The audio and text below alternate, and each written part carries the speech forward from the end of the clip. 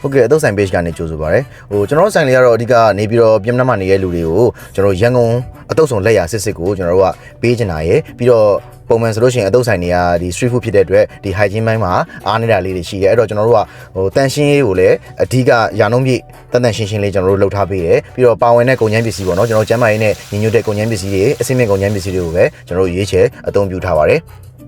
ဒီမှာတော့ကျွန်တော်အတုံးစုံဘန်းကြီးနဲ့ဘန်းသေးပြီးတော့ဒုတ်ထိုးဘန်းကြီးနဲ့ဘန်းသေးဆိုပြီးတော့ကျွန်တော်2မျိုးရှိပါတယ်ကျွန်တော်ဘန်းကြီးကတော့10ယောက်12ယောက်ဝန်းကျင်လောက်စားလို့ရပြီးတော့ဘန်းသေးကတော့9ယောက်6ယောက်ဝန်းကျင်လောက်ထိစားလို့ရပါတယ်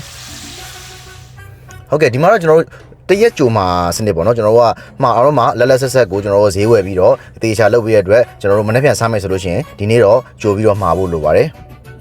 ကျွန်တော်တို့သူ့မှာပါဝင်ပစ္စည်းအနေနဲ့ပဲမုံနေရုပ်သီးမုံနေငံပြားရဲ့ချုံမောင်းအစအကုန်လုံးဟင်းဂျိုအစကျွန်တော်အကုန်လုံးစုံစုံလင်းလင်းနဲ့အသေးချာလေးထည့်ပေးပါတယ်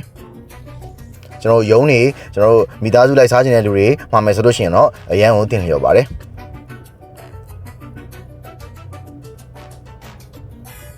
ပါဝင်ပစ္စည်းတွေကလည်းတော်တော်စုံအောင်လင်းထားပြီးတော့ကျွန်တော်တို့ဟိုအတုပ်ပန်းမှာလည်းကျွန်တော်အညွှန်းလေးတွေတက်ပေးထားပါတယ်တပွဲစာဘယ်လိုသုံးရမလဲဆိုတဲ့အညွှန်းလေးတွေကိုတည်တည်ချာချာပြောပြပေးထားပါတယ်အားလုံးလွယ်ကူစွာနဲ့လိုက်တုပ်စားကြည့်လို့လည်းရပါတယ်ဗျဟုတ်အားလုံးပဲမင်္ဂလာပါအမုန်းဆွဲစင်ရနေကြိုဆိုပါရစေဒီနေ့ကတော့ကျွန်တော်တို့အတုပ်ဆိုင်ကနေထုတ်လုပ်တဲ့အတုပ်စုံဘန်းကြီးနဲ့ဗမာတို့ထိုးဘန်းကြီးကိုကျွန်တော်တို့မှာယူပြီးတော့ကျွန်တော်ဆိုင်ရဝန်ထမ်းတွေကိုကျွန်တော်တို့တုပ်ကြွေးမှာဖြစ်ပါတယ်အဲ့တော့ကျွန်တော်တို့ရုံးတွေကပဲဖြစ်ဖြစ်ကျွန်တော်မိသားစုနဲ့ပဲဖြစ်ဖြစ်ဒါမျိုး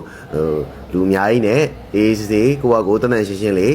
အတုပ်ဆောင်စားခြင်းနဲ့မြန်မာတို့တန်တန်လေးကိုစားခြင်းနဲ့ဆိုလို့ရှိရင်တော့ကျွန်တော်အတုပ်ဆိုင် page ကိုဆက်သွယ်လိုက်ပါခင်ဗျာအားလုံးကျေးဇူးအများကြီးတင်ပါတယ်ကျွန်တော်နေပြည်တော်ပြင်မနာတည်တံ့ဖြစ်ပါတယ်အတုပ်ဆောင်ဘန်းကြီးနဲ့ဒုတ်ထိုးဘန်းကြီးမှာတော့ဘာမှအလုပ်ရှုပ်စရာမလိုတော့ဘူးလေကျွန်တော်ဟင်းကားအစားဉာဏ်ပြရေးအချုံမုံအကုန်အပြီးစီးပါပြီးသားဖြစ်ပါတယ်အဲ့တော့ဘာမှအလုပ်ရှုပ်စရာမလိုဘဲနဲ့မိသားစုတကယ်ချင်းများနဲ့အတူတူလုံးဆောင်နိုင်ပါတယ်ခင်ဗျာ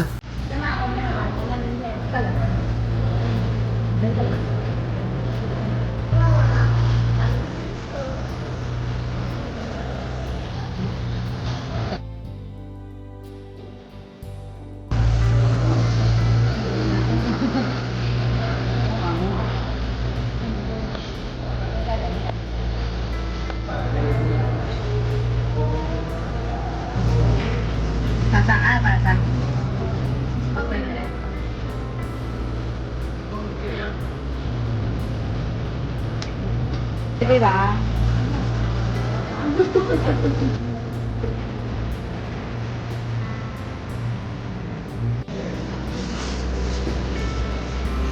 စီပဲတယ်နော်ဟုတ